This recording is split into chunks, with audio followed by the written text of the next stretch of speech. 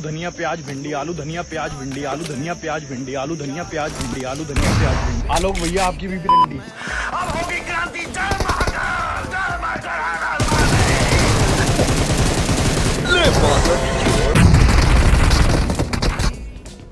का राजा अखियां में लाड़ पेले हो क्या?